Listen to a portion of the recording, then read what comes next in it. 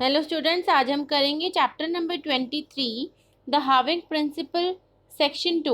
Okay, section 1 में अभी तक जो हमने किया वो आपको क्लियर है। नेक्स्ट सेक्शन 2 में क्या है? Strokes M N L and R. ये इनकी हाविंग हमने चैप्टर 12 में नहीं की, तो ये इसी के ऊपर बेस्ड है ये चैप्टर कि एम एन एल और आर की जो हाविंग है वो किस प्रकार होगी। ठीक है, उसके क्या क्या रूल्स हैं। The four strokes M, N, L, R, which are halved to express the addition of T. T के लिए हाफ होंगे ये सारे। are also halved and thickened to indicate the addition of D. और D के लिए जब हाफ होंगे तो इनको डार्क कर दिया जाएगा। ठीक है, जैसे MD, ND, LD डाउन। ठीक है, RD, as in the words mate। Light बना है for the sake of T, half हुआ है। ठीक है, नेक्स्ट है मेड, यहाँ पे डार्क बना है for the sake of T. Next is aimed, dark है। टिमिड, डार्क है। नीट, लाइट है। नीड, डार्क है। एंड, डार्क है। ओल्ड, डार्क है। एयर्ड, डार्क है। Next rule is the half length form LD, standing alone, is used only for words beginning with the vowel। अगर vowel से start हो रहे हैं और standing alone है, मतलब सिर्फ LD की साउंड आ रही है, तो ही हम ये LD की डाउनवर्ड फॉर्म यूज करेंगे। As in ailed, old, so that words like sold, S circle, L upward with D, styled, ST loop, L upward, D above the line, hold, H का tick, L upward, D on the line, must be written with the full strokes। और ये कैसे बनेंगी? full strokes से बनेंगी। ठीक है, next rule is when a vowel occurs between L and D or between R and D, both consonants must be written in full। अगर उनके बीच में vowel आ जाता है तो वो कॉन्सोनेंट्स जो हैं वो पूरे बनेंगे। एज इन पैलिड, एल और डी के बीच में ई का साउंड आ गया, but in paled there is no vowel sound between L and D. Similarly married, M upward R, D above the line, I आ गया आर एंड डी के बीच में with marred, M upward, R downward, thickened for the sake of D. Sorrowed, S upward R, D above the line with sword। Clear है? Sword। Next is hurried, H upward R and D with hoard, H का tick, R downward thickened for the sake of D। Next rule is the sign हमने पढ़ा था LR and RR, है ना, cannot be halved to represent the syllables lurd and rurd। Means कि अगर इसके साथ डी की साउंड आ जाती है तो हम इसको हाफ नहीं करेंगे। एल ई आर और आर ई आर के साथ अगर डी की साउंड आ जाती है तो हम इसको हाफ नहीं करेंगे, because the forms L D and R D are use for representing L D and R D as explained above, जैसा कि ऊपर बताया गया। तो ऑलरेडी ये थिकन करके हम किसके लिए यूज़ कर रहे हैं? एल डी और आर डी के लिए। तो ये डिफ्रेंसिएशन रखने के लिए हम एल ई आर डी और आर ई आर डी के लिए हाफ नहीं करेंगे। Next rule is the stroke M P M B N G, ये भी पढ़े थे हमने, can not be half for the addition of either T और डी। ये भी हाफ नहीं होंगे unless they are hooked initially और फाइनली। अगर ये इनिशियली और फाइनली हुक्ड नहीं है तो। थर्स इम्प्यूट, इम्प बना एम पे विद टी। ठीक है, imbued. Next is belonged, B L upward N G with D, but hampered, hampered में क्या है? एच अपवर्ड, और एम्पर्ड को डी के लिए हमने क्या किया? सेकेंड कर दिया, हाफ कर दिया। रैम्पार्ट, लिंगर्ड, तो इन सब फॉर्म्स में क्या हुआ, halving principle is used in the MP MB NG form. Okay. Impugn impugned, sorry, and G जो है इसमें साइलेंट है, इम्प्यून्ड. क्लियर है. Next is RT and LT. The signs for RT and LT are generally written upward. ठीक है. Part, pelt. अब R upward half हुआ और L अपवर्ड हाफ हुआ. ठीक है. Generally written upward. Fort, fault, but LT is written up downward after N and NG. और N और NG के साथ कैसा रहेगा, LT डाउनवर्ड रहेगा, क्योंकि बनाने में इजी है और वो डिफ्रेंशिएट हो जाएगा. अगर हम N के साथ हाफ फॉर्म ऑफ L लिखेंगे तो वो जल्दी जल्दी स्पीड में कहीं बीच में मिक्सअप हो जाती है outline. This is the main reason to write it the in the downward form. Okay. As in inlet, ringlet, R upward, NG, L downward, and it is written downward after way. और कब downward use करेंगे, जब हम way use करेंगे. If no vowel follows, अगर कोई भी vowel बाद में नहीं आ रहा. As in dwelt, D way upward, L downward, halved, halved L downward. But twilight, twilight. ठीक है.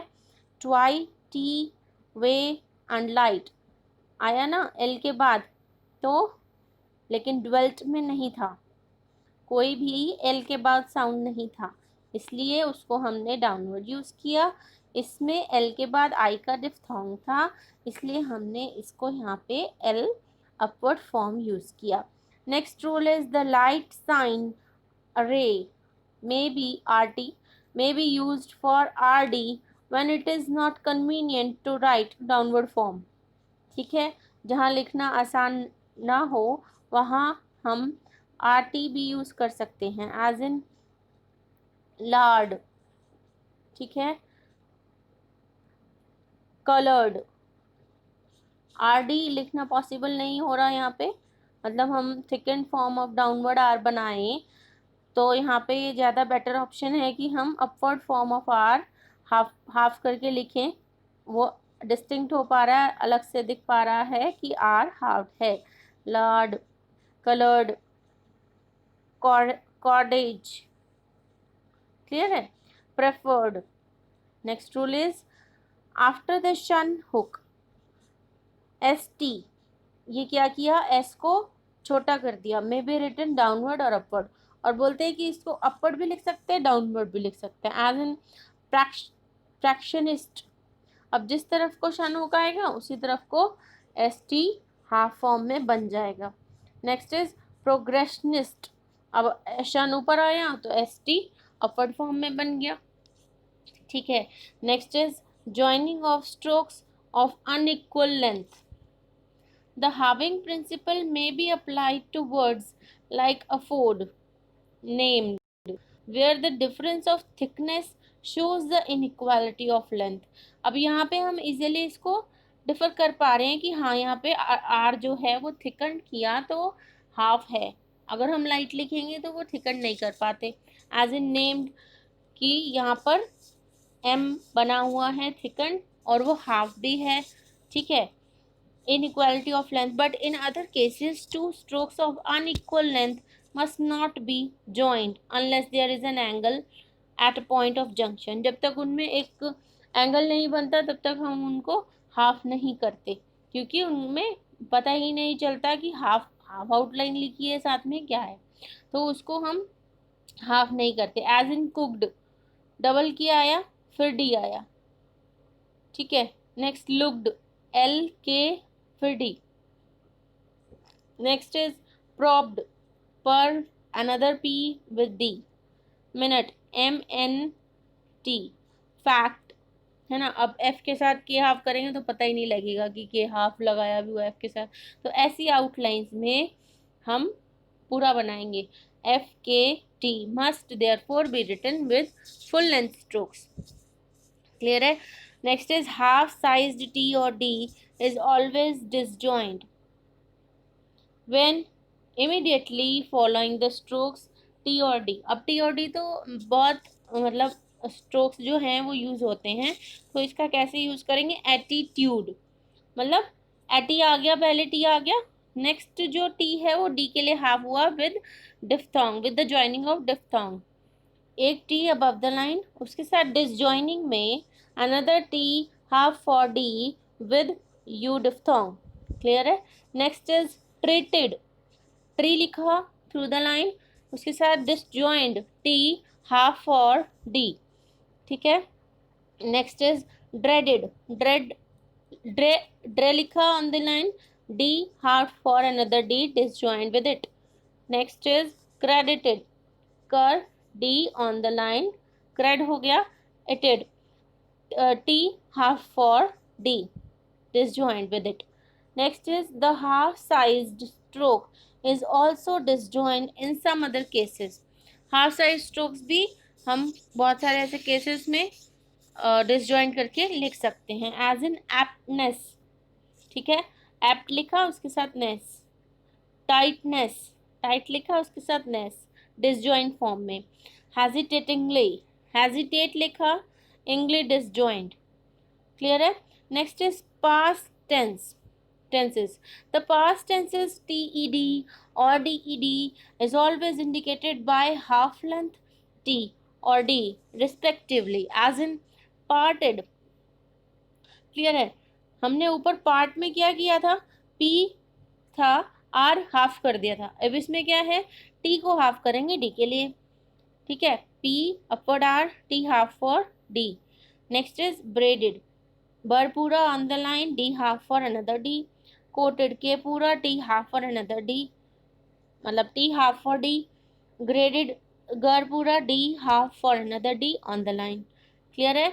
Next is the halving principle in phraseography. अब फ्रेजियोग्राफी में भी यूज करते हैं इसका. जैसे the halving principle is employed in phraseography as follows. For the word it सीखा था हमने, इट हम वैसे बनाते हैं, लेकिन अब इसमें हम क्या करेंगे? जो स्ट्रोक है उसमें टी के लिए हाफ कर देंगे, इट के लिए हाफ कर देंगे. जैसे इफ इट, तो एफ को हाफ कर देंगे, इफ को हाफ कर देंगे इट के लिए. इफ थ्रू द लाइन बनता है, ऑन द लाइन बन जाएगा. हाविंग प्रिंसिपल कभी भी थ्रू द लाइन नहीं बनाया जाता, ये पिछले चैप्टर में मैंने आपको कराया है. Next is if it is. ठीक है? F half on the line with S circle for if it is. Next किसके लिए होगा? नॉट के लिए. नॉट के लिए क्या करेंगे हम? एक एन का हुक लगा देंगे उस पर्टिकुलर कॉन्सोनेंट के साथ, और वो कॉन्सोनेंट छोटा मतलब हाफ कर देंगे.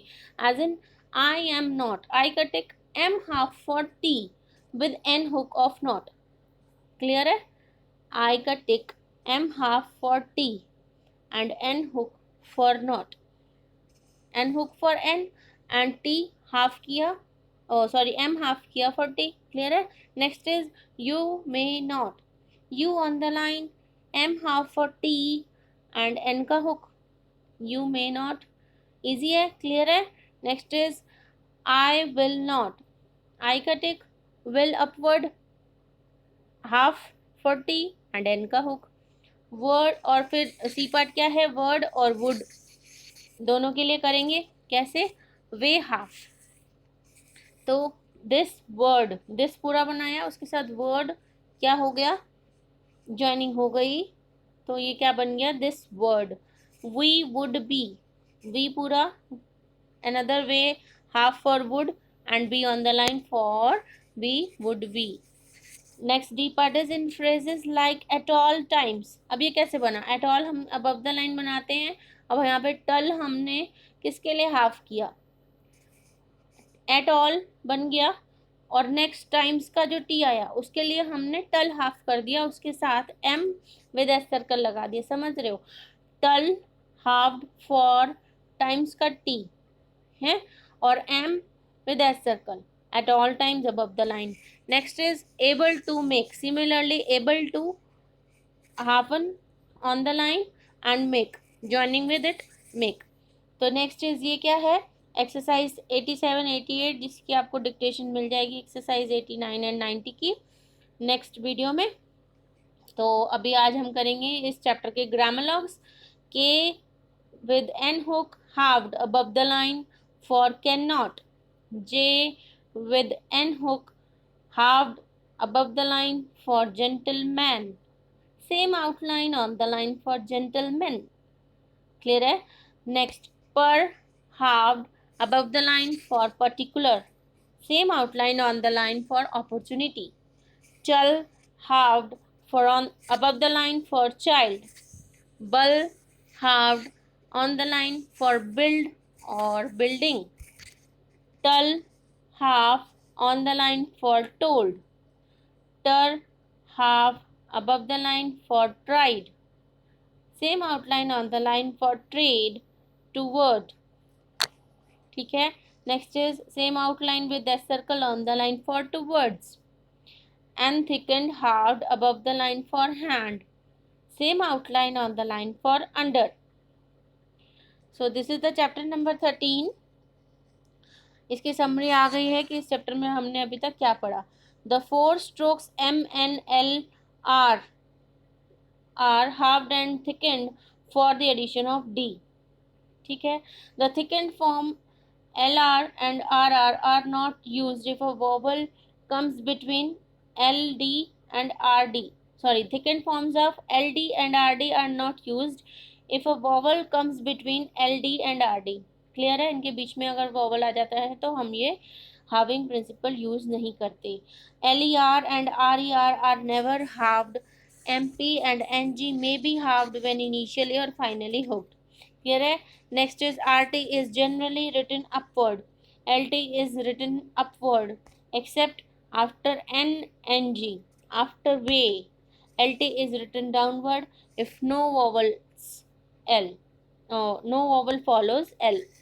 The upward form RT may be used medially and finally for RD, ठीक है, इसको RD के लिए यूज कर सकते हैं।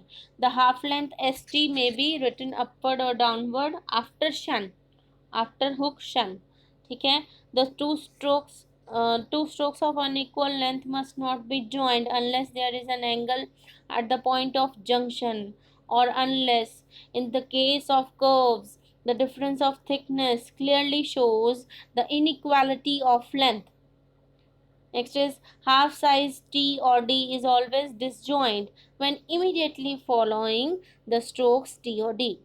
Next is in past tenses, TED, dead or dead, is always indicated by half length T or D respectively.